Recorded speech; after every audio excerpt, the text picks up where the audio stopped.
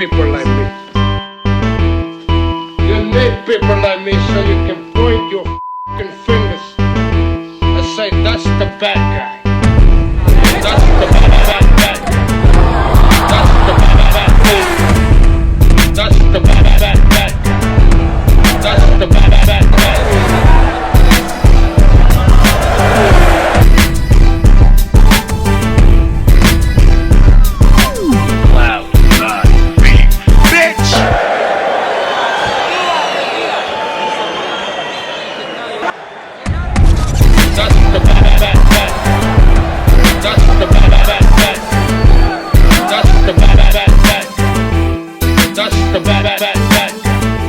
Welcome to the motherfucking relay. We're covering today's top boxing news. Ow! Okay, we'll start with this. There appears to be trouble in paradise in reference to what was to be the Adrian Broner versus Omar Figueroa fight set to go down this upcoming weekend on Showtime. Adrian Broner took to social media and stated, "Man, I'm going through a lot at this moment in my life. I ain't give up. I set some more goals, and I ain't stopping until I finish what I started. But sorry to say this, I'm not fighting." You know, I said it then and I'm saying it here and now. Showtime is wasting money putting together events, putting together fights for Adrian Broner. He is an uninspired fighter that lacks the ambition that makes for great television, makes for great fights in the sport of boxing. For whatever reason he's pulling out.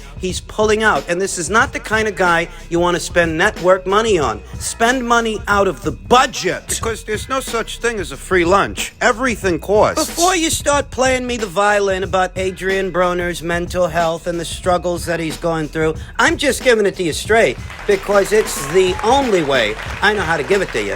Whether or not his mental health issues are genuine or he's just using that as an excuse to pull out of a fight he doesn't want to be in anyway. Don't you remember what he said? He said he'd pull out of this fight. He said he'd drop this fight at the chance to share the ring with Floyd Mayweather Jr. in an exhibition match. And I said it then.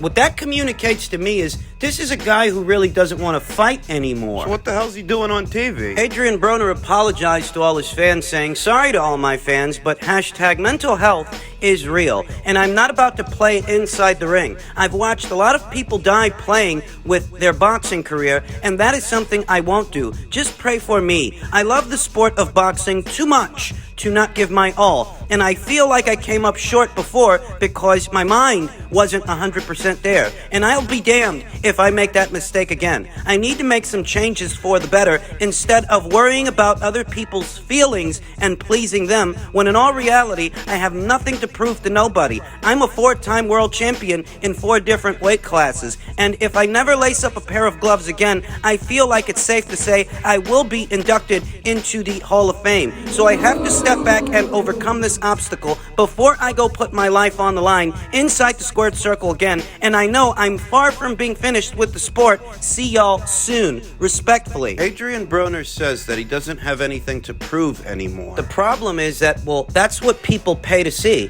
They pay to see you prove something. They pay to see you prove that you're a better boxer, still a better fighter than the man opposite the ring. And if you in your heart of hearts feel that you don't have to prove that to him and you don't have to prove that to them, then you don't need to be on TV. If psychologically you lack the stability to give it your all in camp and give it your all under the hot lights and the ring, if that's not where you are mentally anymore, then you don't need to be in the squared circle. Simple as. And I'm just going to come out and say it. Spending a single dime, 1 red cent on what remains of Adrian Broner's career is time wasted, money wasted. Resources out of a network budget should not go into financing any more of Adrian Broner's fights because Adrian Broner lacks ambition. And that's what people pay to see. They pay to see guys that want to be there, that have put the work in the gym to show their shit the night of the fight. That's not Broner. Now, maybe at some point in his career it was, but here today, that's not Broner. You shit the bed a week out from the fight, and you're not just any fighter in the fight, any fighter on the card. You're one of the headliners. You're the main event. Now, do I think Adrian Broner's mental health issues are genuine? They might be, but even if they are, it still means the same thing. Does it make sense for any network to spend money out of their budget to situate fights for this fighter. No resources should be going into the career of Adrian Broner at this point because he's too unstable. I don't even know that I believe that this is a genuine case of a mental health issue. This could very well just be opportunism from a guy who lacks ambition. Are we to believe that everybody out there who gets out of doing their job saying they've got mental health issues, are we to believe that every single one of them is telling the truth, that there isn't some opportunism, unethical opportunism, but still opportunism going on here? The bottom line is that whether or not Adrian Broner is telling the truth, whether he's telling the truth or he isn't, he shouldn't be on TV anyway. Last year in February, Adrian Broner returned to action, having not boxed since January of 2019. He essentially spent 2 years away from the ring. 2 years out of action. They put him in there with Giovanni Santiago, unbeaten Giovanni Santiago, and what you guys need to understand is there's no such thing as a free lunch. Everything costs. It costs money to put on a fight like that. It costs money to do these shows and schedule them, promote them. It costs money to do all this, and you do this for Adrian Broner. What are you doing it for? What, fighting Giovanni Santiago last year was build-up for Adrian Broner pulling out of a fight this year? Is that what that was? You know, you're not just scheduling fights for the sake of scheduling fights. It's all supposed to be build-up for something. You're building towards something. I can't tell you that Adrian Broner's mental health issues aren't genuine. They're not real. What I can say is he's too unstable a fighter to invest in. Veteran boxing scribe Steve Kim stated, "I was told over the weekend that Sergey Lipinets was training and on this card Saturday, just in case anything happened with Broner versus Figueroa." You're frittering away dollars on Adrian Broner fights when you should reallocate those resources to other fighters. Do you know how much homegrown talent there is here in America and how many female fighters wouldn't relish the opportunity to box on a major platform like the Showtime platform while you're frittering away dollars scheduling Adrian Broner fights that he pulls out of? Being honest with you, Adrian Broner has been so uninspiring the last couple of years. I had no plans to watch this thing anyway. Because even if he were fighting, it's not a prelude to anything bigger. It's not build-up. It's just Adrian Broner fighting to keep the lights on, fighting for a check. He pulls out of the fight. I'm not broken up about it. I'm just saying I told you so. I told you. You're wasting your time with this guy. Omar Figueroa himself reacted to the news by way of his own social media, stating, "As we all know, my fight against that motherfucker Broner is now off. Now, I don't mind because this is something we expected, so we had plans in motion to mitigate most of the aftermath. What really pisses me off is that now this motherfucker wants to use mental health as a fucking excuse. That I have a problem with because that's bullshit. You don't get to cry mental health now, motherfucker. Not saying you don't suffer from mental health issues, as we can all tell you do. Just don't use it as an excuse now after you've been undisciplined and not taking this fight training camp seriously. If it really is mental health, please show us proof that you went and sought professional help. You love to post all your shit on social media. Why not let us in on your mental health recovery? You don't get to undermine mine and countless others' journey and struggles with hashtag mental health because you're undisciplined, childish, dumbass. Fuck you, Broner. Just when I thought you couldn't stoop any lower. I'm gonna come right out and say it. I don't think mental health is Adrian Broner's problem in this situation, per se. In fact, I've questioned the mental health claims of many of these fighters, many of these athletes who did not fulfill their responsibilities under the guise of mental health. Tyson Fury, Ryan Garcia, more recently Adrian Broner. Were you diagnosed with a mental health condition? Are you seeking professional help? If it's enough to keep you out of action, what are you doing about it? I think Omar Figueroa hit the nail on the head. He said it better than I could. If this guy's issue really is mental health, given how much he's already been willing to divulge by way of social media, certain elements of his own life, he himself lends insight to. If you're willing to post all that stuff, why don't you post the clinical diagnosis that you're suffering from some kind of a mental health issue? Because a lot of people think this ain't about mental health. This is about Adrian Broner not making the weight. This isn't about mental health. This is about Adrian Broner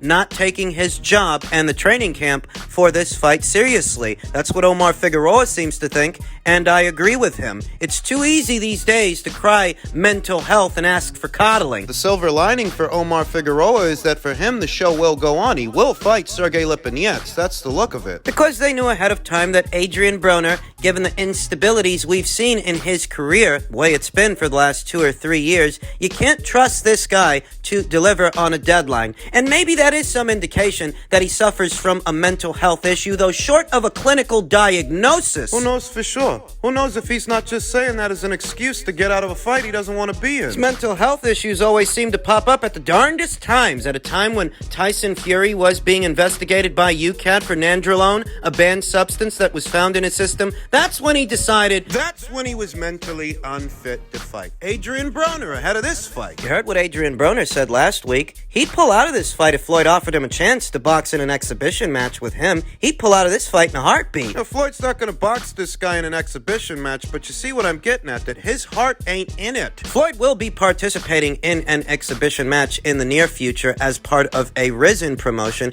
Adrian Broner, he ain't got nothing to do with that, but you see what I'm getting at. Broner's heart ain't in it. Ahead of this fight, this cancellation, he let everybody know he'd pull out of this thing in a heartbeat. Omar Figueroa doesn't believe Adrian Broner's cover story. I don't either. Short of a clinical diagnosis, anyone can say anything. Anything to get out of their responsibilities. And no, it's not always a mental health issue. Sometimes guys are just fucking lazy. Sometimes it's just a plain old lack of dedication, an undisciplined fighter not living a fighter's lifestyle because he really doesn't want to anymore. And that's not always a mental health issue, I'm sorry. Sorry, but no. Adrian Broner's the same guy who once announced his retirement to pursue a rap career, isn't he? Strikes me as a guy who doesn't want to live an athlete's lifestyle anymore. He wants to be a pop culture icon. Live that kind of lifestyle. Mental health excuse could be just another issue that is being misappropriated.